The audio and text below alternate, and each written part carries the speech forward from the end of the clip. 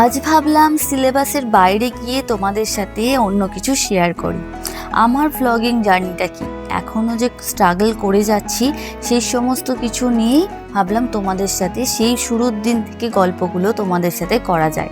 আমি যে বিভিন্ন হাটে যাই ভিডিও করতে, সেখানে কি ভিডিও করা খুবই সহজ নাকি খুবই শক্ত কাজ, আমার অভিজ্ঞতা কি, চলো তোমাদের সাথে শেয়ার করি। তবে আজকে যে ভিডিওটা দেখছো রবিবারের সাইনাজ ইমিটেশন জুয়েলারিতে গেছিলাম, বড় ভিডিও আমি কিন্তু ডিটেলে দিয়ে দিয়েছি, তোমরা কিন্তু দেখে নিও। তো চলো, দিনটা আমার কেমন ছিল প্রথম দিন থেকে।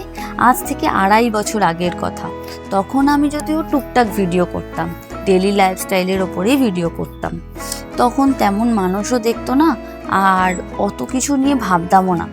কিন্তু আমি লোককে বলতাম যে ভিডিও করার কথা, অন্যর ভিডিও দেখেই আমার দিনগুলো কাটছিল। এখন আমি যে ধরনের ভিডিওগুলো করি, সেই সমস্তর উপরেও যে ভিডিও করা যায় এইসব সম্পর্কে আমার কোনো রকমই আইডিয়া ছিল না।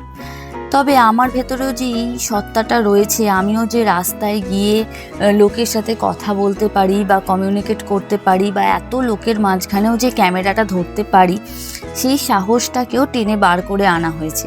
তবে সেই বিপুল অসম্ভবকেও সম্ভব করে দেখিয়েছে একটি মানুষ। তারপর থেকেই শুরু হলো আমার অপটু হাতের কাজকর্ম। দিনটা, আমার সারা দিনটা আজকের কেমন গেছে যদি তোমরা জিজ্ঞাসা করো, তাহলে বলবো খুবই ভালো। কাজের মধ্যে থাকলে অবশ্যই সবারই দিনটা খুবই ভালো যায়। এখন বিকেল হতে চলেছে, সূর্য অস্ত যাবে বলে তৈরি হচ্ছে, আর রাস্তাঘাট দেখতে পাচ্ছ ভীষণ ফাঁকা। আমার তখনও লাঞ্চ করা হয়নি, তাই ঢুকেছিলাম প্রভুজিতে। সেখানেও তেমন কিছু পেলাম না, তাই একবারে বাড়িতে গিয়েই সুন্দরভাবে একদম ফ্রেশ হয়ে লাঞ্চটা সেরে নিলাম। তারপরে অনেক দিন আমার চুলটা কিছু করা হয়নি, চুল কাটা বা কিছুই করা হয়নি। তো বিকালে সমস্ত লাঞ্চ টাঞ্চ সেরে গেছিলাম পার্লারে চুলটা কাটতে। তো আমার নতুন লুকটা কেমন লাগছে তোমরা জানিও, আর এরকম অল্প অল্প গল্প তোমাদের সাথে শেয়ার করে নেবো। আর শাহনাজ ইমিটেশন জুয়েলারির সুন্দর ভিডিও এসে গেছে, তোমরা চাইলে দেখে নিতে পারো। আর তোমরা কিন্তু এরকম আরও যদি গল্প শুনতে চাও, সেগুলো আমাকে জানিও কমেন্ট করে।